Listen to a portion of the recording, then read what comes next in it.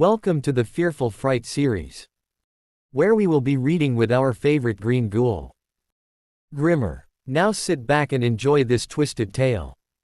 Today our story is called Basketskull. The town of Briar Hollow had an old cemetery that everyone avoided after dark. It sat on the edge of town behind a rusted iron fence, where crooked gravestones leaned like tired teeth and dead trees scratched at the sky. In the center of the cemetery was something even stranger, an old basketball court. No one knew why it was there. The cracked asphalt court had two bent hoops, faded white lines, and weeds growing through the ground.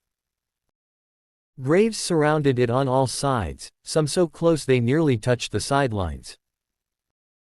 People said the court had been built in the 1950s for a small neighborhood park that used to stand there before the land slowly became part of the cemetery. But the real reason people stayed away was the stories. They said if a basketball bounced on that court after midnight, the dead woke up to play. Most people laughed at the legend. Except three boys named Marcus Hale, Jordan Reyes, and Tyler Boone. Because one night, they learned it was true. It started with a dare. Marcus and Jordan were best friends. Both 14, both obsessed with basketball. They played every day at the park, arguing over who had the better jump shot. Tyler, their other friend, wasn't as good at basketball, but he loved creepy stuff. Ghost stories, haunted houses, urban legends. So when Tyler found out about the graveyard court, his eyes lit up. "Imagine it," he said one evening while they sat on the park bleachers. "A basketball court, in the middle of graves. That's awesome." Marcus shook his head. "That's dumb. Nobody plays there." Jordan smirked. "You scared?" Marcus rolled his eyes. "No, it's just weird." Tyler leaned forward. "They say if you bounce a ball there at midnight, the dead challenge you to a game." Jordan laughed. "Yeah, right. But what if it's true?" Tyler said with a grin. Marcus stood up and grabbed his backpack. "Well, if it is, we'd destroy them." That night the three boys snuck out. The sky was cloudy, and the moon kept slipping behind drifting shadows. The cemetery gate creaked when Marcus pushed it open. Cold wind whispered through the trees. Jordan held a flashlight while Tyler carried a basketball under his arm. Gravestones surrounded them in rows. Old ones, some cracked, some sunken into the earth. Some with names so worn they couldn't be read anymore. Marcus swallowed. "Okay, this place is creepy." Tyler grinned nervously. "See, isn't it cool?" Jordan shined the flashlight ahead. And then they saw it. The court. It sat in the center of the cemetery like something forgotten by time. The asphalt was dark and broken. The hoops leaned slightly to one side. A metal chain net hung from one rim, clinking softly in the wind. Jordan walked onto the court. His footsteps echoed strangely. "Still looks playable," he said. Marcus looked around. Graves circled the court like an audience. Tyler bounced the basketball once. Thump! The sound echoed across the cemetery. Nothing happened. Jordan laughed. "Guess the dead are sleeping." Tyler bounced it again. Thump! Still nothing. Marcus relaxed. "See, dumb story." Tyler shrugged. "Worth a try." He passed the ball to Jordan. Jordan dribbled across the cracked pavement and shot toward the hoop. The ball arced through the air. Clang! It hit the rim and bounced off. Jordan groaned. "Rusty rim." Marcus grabbed the rebound and passed it back. "First to 10. Jordan nodded. "Let's go." They started playing. Dribbling, passing, shooting. Their laughter echoed across the quiet cemetery. But after a few minutes, something changed. The wind stopped. Completely. The trees stopped moving, and the temperature dropped. Marcus felt it first. a cold chill creeping across his neck. Ah, guys. Jordan dribbled the ball. What? Marcus looked toward the graves. The dirt was moving, just a little, like something underneath was pushing upward. Tyler's smile slowly faded. Do you see that? The ground cracked. A gravestone tipped over, and a pale skeletal hand pushed through the soil. Marcus froze. Run, but it was too late. The dirt burst open, skeletons climbed out of the graves. Dozens of them, some missing pieces. Some with cracked skulls, some still wearing scraps of old clothing. And their hollow eye sockets turned toward the court. Jordan whispered, "No way." A tall skeleton stepped onto the court. Its bones were darker than the others, almost black with age. It wore the torn remains of what looked like an old basketball jersey. Number 13. The skeleton picked up the basketball. Its jaw opened slowly. A dry, rattling voice came from deep in its chest.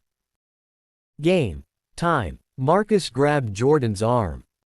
We're leaving, but Tyler suddenly screamed. The ground beneath him cracked open. Two skeletal hands shot out and grabbed his legs. Tyler fell backward. Help! Marcus and Jordan ran toward him. But more skeletons crawled out and surrounded Tyler. One of them leaned close to his face. Hostage. Marcus stopped. Jordan stared in horror. The tall skeleton bounced the basketball once. Thump. If you want your friend back. It pointed to the court. Win. Jordan whispered. Win what? The skeleton grinned with its empty teeth. The game. Suddenly 5 skeletons stepped onto the court. Some tall, some thin, one missing an arm but still dribbling the ball with eerie skill. The tall skeleton pointed at Marcus and Jordan. 2 versus 5, Marcus said, "That's not fair." The skeleton tilted its skull. Neither is death. Tyler struggled in the grip of the skeletal hands.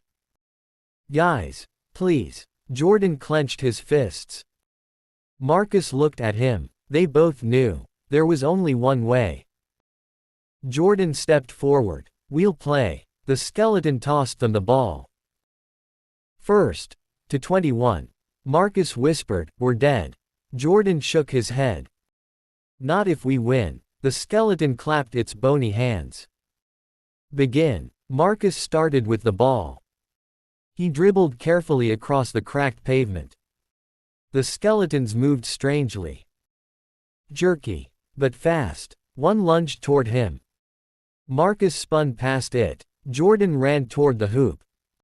Marcus passed. Jordan jumped and shot. The ball hit the rim and dropped in. 2. Jordan shouted. The skeletons hissed. Now it was their turn. The tall skeleton took the ball. It moved like it had played 1,000 games. Dribble, step, jump. The shot went in clean. 2. It rasped. The game continued. Marcus and Jordan ran faster than they ever had. They dodged skeletal defenders. They passed perfectly, but the skeletons were relentless. They didn't get tired. They didn't slow down. And they didn't miss often. The score climbed 0.6 minus 6.10 minus 10.15 minus 15. Tyler watched helplessly from the sideline, still trapped by skeletal hands. Come on guys. Marcus was breathing hard. Jordan wiped sweat from his forehead. The tall skeleton bounced the ball again. You play, well, for the living. Jordan muttered, "Shut up and play." Marcus stole the ball during the next pass. Jordan. He threw it across the court. Jordan sprinted. A skeleton chased him, bones clattering loudly. Jordan leapt and slammed the ball through the hoop. 17. The skeleton screeched angrily. But the tall skeleton smiled. 17. It dribbled slowly toward the hoop. Marcus guarded it. The skeleton moved left. Then right. Its bones creaked as it jumped. The ball hit the rim. And bounced out. Jordan grabbed the rebound. Now, Marcus ran toward the basket. Jordan passed. Marcus jumped. Time seemed to slow. He released the ball. It arced through the cold air. And dropped through the hoop. 19. Jordan shouted. The skeletons screamed in fury. The tall skeleton stared at them. You are close. It handed the ball to one of the others. The skeleton dribbled forward. Jordan stole the ball again. Marcus caught it. He was open. One shot to win. He jumped. The ball left his hands. The skeletons all leapt toward him. But the ball sailed above them. And dropped cleanly through the hoop. 21. Silence fell over the graveyard. The skeletons froze. The tall skeleton slowly turned toward Tyler. Then it nodded. Promise. Kept. The skeletal hands released Tyler. He scrambled up and ran to Marcus and Jordan. Let's go. Let's go. The boys sprinted toward the cemetery gate. Behind them, the skeletons slowly returned to their graves. The tall skeleton bounced the basketball one last time. Thump. Until next game. The boys burst out of the cemetery and didn't stop running until they reached Marcus's house. They collapsed in the yard, gasping for air. Tyler laughed nervously. That was insane. Jordan shook his head. No one will believe us. Marcus looked at the basketball still in his hands. It felt colder than before. Much colder. He turned it slowly. And noticed something that hadn't been there earlier. Written on the surface in faded black letters were the words, "Property of Court 13." Below it were dozens of scratched tally marks. Jordan leaned closer. What are those? Marcus counted them. 1, 2, 3, dozens, maybe hundreds. Each mark looked like a completed game. Marcus felt a chill crawl down his spine. Those are wins. Tyler frowned. Wins for who? Marcus slowly turned the ball over again. And froze. Because on the other side, scratched deeply into the rubber, were two brand new marks. Right beside the others. Jordan whispered, wait, if we won, why did they add two more wins? Behind them, somewhere far away in the cemetery, a basketball bounced once in the darkness. Thump, and a dry, rattling voice whispered through the night. Rematch.